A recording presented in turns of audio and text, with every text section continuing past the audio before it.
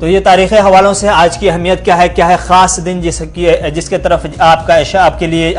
जिसको आपका जानना बहुत ही ज़रूरी है, उन चीज़ों की तरफ इशारा कर दिया है। लेकिन अब चूँकि बाज़ाब्ता तौर पर सलाम जी की में ख़बरों का सिलसिला शुरू हुआ चाहता है और ख़बरों के इस सिलसिले में सबसे पहले हम आपको लिए चलेंगे सुबह जम्मू के राजौरी, जहाँ पर कल दर्दनाक सानहा पेश आया और रात भर जिस तरह से हंगामा हुआ उसका आज असर क्या कुछ हो रहा है हम आपको बता रहे हैं अपनी खबरों के सिलसिले की पहली फहरिस्त के साथ। तो राजौरी लिए चलते हैं। राजौरी से बड़ी खबर है कि राजौरी में जो कुछ कल से अब तक के वाक़या पेश आया उसके बाद कई इलाकों में एक तरफ जहां बंद की कॉल दी गई है, वहीं एक अहम बात जो कल हमने एहतजाज करते हुए मुतासरीन को देखा था लाशों को रख करके, अब खबर मिल रही है कि आज बाज़ाब्ता तौर पर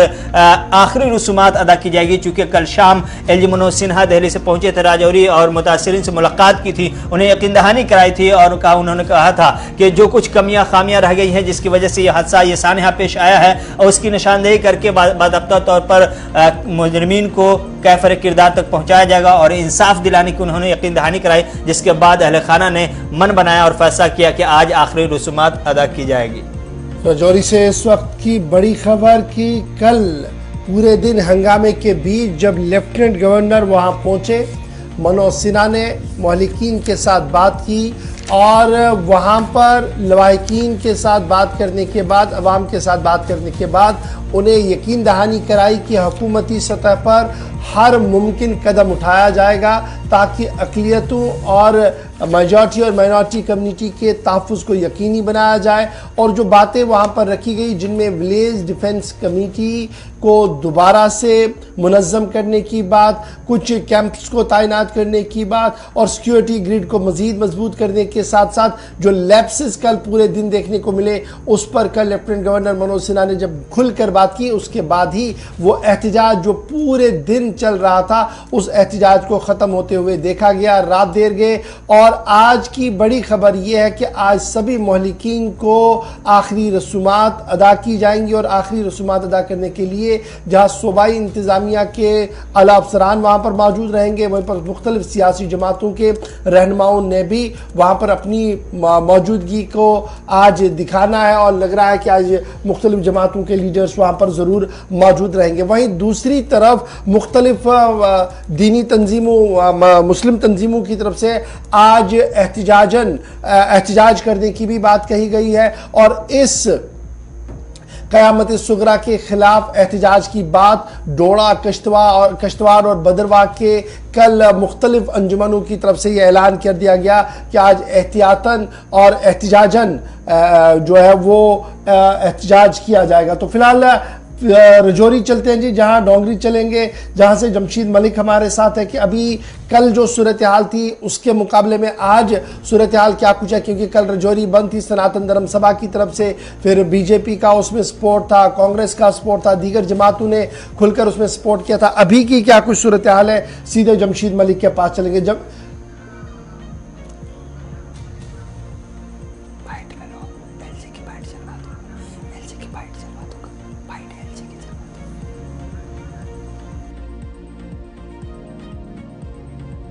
दुर्भाग्यपूर्ण दुखद घटना हुई,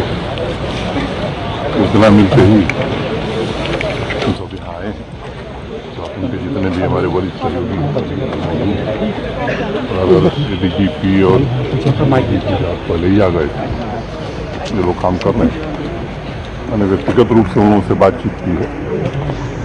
ये पता है कि मौत का कोई मुआवजा नहीं होता, प्रशासन का अपना धर्म है, जो व्यवस्थाएँ हैं उनका पूरा इस्तेमाल करके उन परिवारों की देखभाल हम लोग करेंगे। सरकारी नौकरी भी देंगे, आर्थिक मुआवजा भी देंगे। कुछ कंसर्न उन्होंने उठाए हैं, उन कंसर्न को भी हम हल करेंगे। अभी एक सिक्योरिटी की भी मीटिंग की गई, 2-3 फैसले हम लोगों ने किए हैं। एक तो इस मामले की गंभीरता से जांच और तह तक पहुँचना, क्योंकि ये नापाक कोशिश से फिर से वो स्थिति लाने की वो कभी हाल में नहीं किया जाएगा। कुछ लोगों ने सवाल उठाया लैप्सेस का, तो उसके लिए एक इंक्वायरी गठित करके पता करेंगे और इंक्वायरी की रिपोर्ट के आधार पर आर्मी के लोग भी थे, ये लोग भी पूरी मुस्तैदी से इस इलाके में आने वाले दिनों में प्रभावी कार्रवाई हो ये कोशिश की जाएगी। और जिन लोगों ने भी घटना को अंजाम दिया है पूरा हिसाब बराबर किया जाए। सर, ये गांव जो है मिनॉरिटी कम्युनिटी के हैं, यहाँ पर क्या कोई स्पेशल पोस्टें बनाई जाएगी ऐसे गांव को प्रोटेक्ट करने के लिए? सबको प्रोटेक्ट करने के लिए जो भी मेजर्स लेने होंगे वो लिए जाएंगे। इस गांव के लोगों को भी और भी कहीं संभावित होगा तो वहाँ सर, गवर्नर मनोज सिन्हा साहब कल मीडिया से गुफ्तगू कर रहे थे, रात देर गए और कह रहे थे कि हिसाब पूरा किया जाएगा, हालात को बेहतर बनाया जाएगा, जो कुछ भी मुमकिन हो सकेगा उसको किया जाएगा। फिलहाल जमशीद मलिक हमारे साथ ज्वाइन कर चुके हैं। जमशीद, बहुत शुक्रिया जी ज्वाइन करने के लिए। कल हमने देखा कि रजौरी का डांगरी गांव जहां पर कोहराम मचा हुआ था, पहले इतवार की रात को हमने देखा कि हिलाकतें वहां पर हुई, टारगेट किलिंग हुई, फिर कल का दिन हमने देखा कि 2 ब्लास्ट हुआ, उसमें 2 बच्चे जान हुए हैं और उससे मजीद वो गम और गुस्सा जो था वो बढ़ रहा था। लेकिन लेफ्टिनेंट गवर्नर के आते आते मामलात सुधर गए, हालात काबू में आए और अब खबर यह है कि आज आखिरी रसूमात अदा की जाएंगी।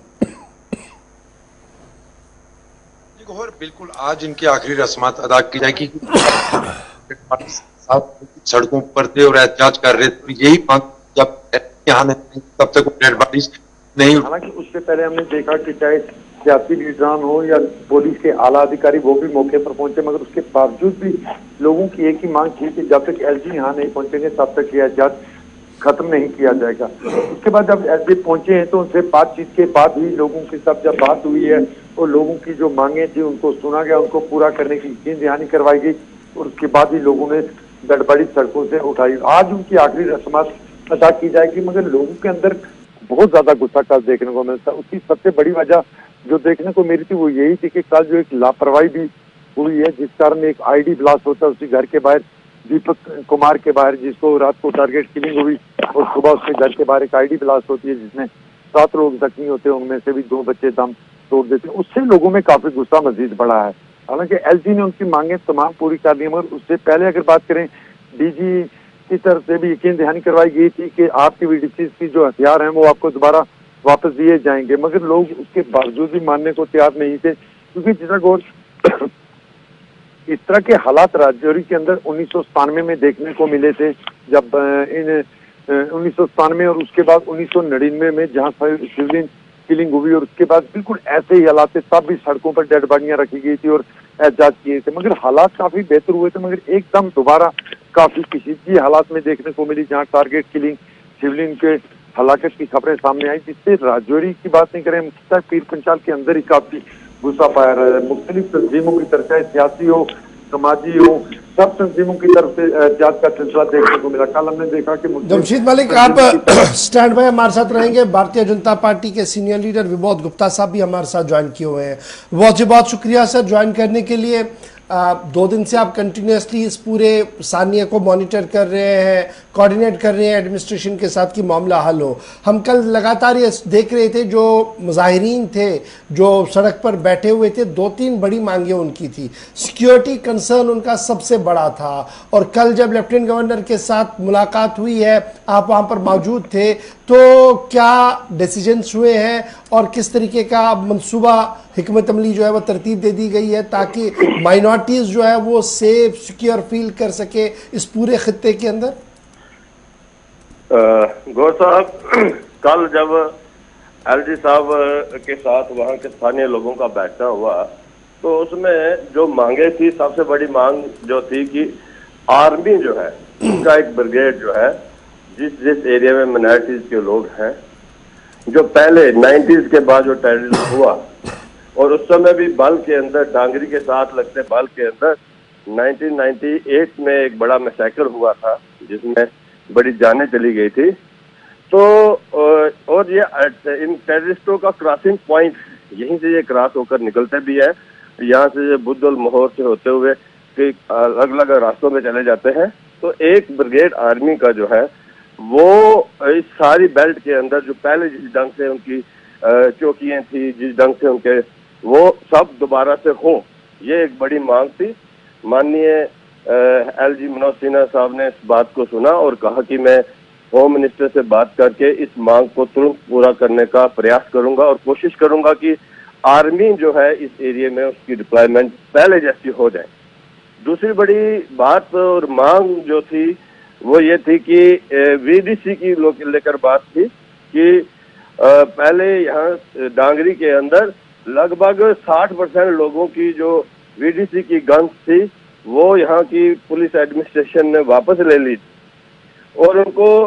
था कि वापस देंगे, फैमिली के ही मेंबर को वापस देंगे। वो गन्स जो 60 साल से ज्यादा उम्र के लोग थे उनसे वापस ले ली गई थी और कहा गया था कि बाद में उनको ही उनके परिवार के किसी फैमिली मेंबर को देंगे, लेकिन वो अभी तक वापस नहीं आई थी।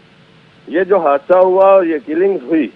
अगर उस मोहल्ले के अंदर जिस मोहल्ले में किलिंग हुई अगर वीडीसी की गन्स होती तो हो सकता है इतनी कैजुअलिटीज ना होती। मैं आपको बताऊं कि वहां पर बाल कृष्ण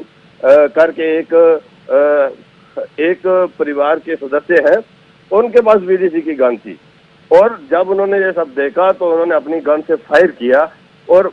उनके फायर होने के बाद टेररिस्ट जो है वहां से भागे। अगर उनके पास भी वीडीसी की गन ना होती तो और वो फायर ना करते तो हो सकता है कि टेररिस्ट और परिवारों में घुसकर और किलिंग करते। ये दूसरा बड़ा कंसर्न था कि वीडीसी की गन्स जो है वो वापस आए और वीडीसी की गन्स दी जाए और उसमें मॉडर्न वेपन्स जो है वो दिए जाए, SLR दी जाए और बड़े अच्छे जो वेपन्स हैं जो इनके साथ जिनका मुकाबला हो सके, उसके लिए उन्होंने प्रिंसिपली एग्री किया और कहा कि भाई वो गन्स जो है वीडीसी को यहाँ पर जो है मजबूत किया जाएगा और इनको सैंक्शनड करने की भी बात हुई है। जैसे डोडा भद्रवाह में वीडीसी सैंक्शनड है, उसी तर्ज में वीडीसी यहाँ पर सैंक्शनड हो, ये बात भी वहाँ पर की गई है। और तीसरी बड़ी बात जो है वो ये की गई है कि कहीं ना कहीं सिक्योरिटी लैप्सेस रहे हैं क्योंकि ये टेररिस्टों को लेकर काफी देर से ये बात चल रही थी कि यहाँ पर मूवमेंट है और महीना पहले यहाँ तक कहा गया कि यहाँ इसके डांगरी के सामने ही एक गांव है, मुरादपुर गांव है,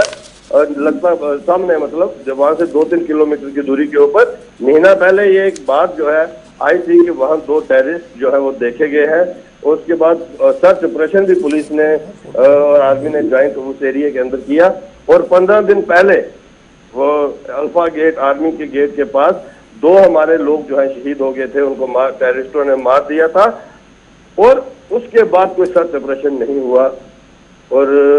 अगर उस समय कार्डन होता, सर्च ऑपरेशन होता तो हो सकता है कि इस हादसे को टाला जा सकता था। और यहाँ पर भी रात को हादसा होने के बाद सुबह हादसा हुआ। इन सारे को लेकर कोई एक कमीशन मुकर्रर किया जाए या कुछ ऐसी हाई लेवल कमेटी बनाई जाए जो देखा जाए कि भाई ये सारे लैप्सेस क्यों हुए, क्या कारण हुआ, और उसको लेकर भी मनोज सिन्हा जी ने कहा है कि इसको हम देखेंगे।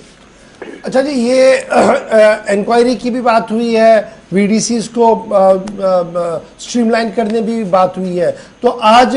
क्या कुछ प्रोग्राम है? कल हमने देखा था कि सनातन धर्म सभा ने बंद की कॉल दी थी, खासा असर देखने को मिला था, तो आज सिर्फ क्रिमेशन होगा या बंद भी साथ साथ रहेगा?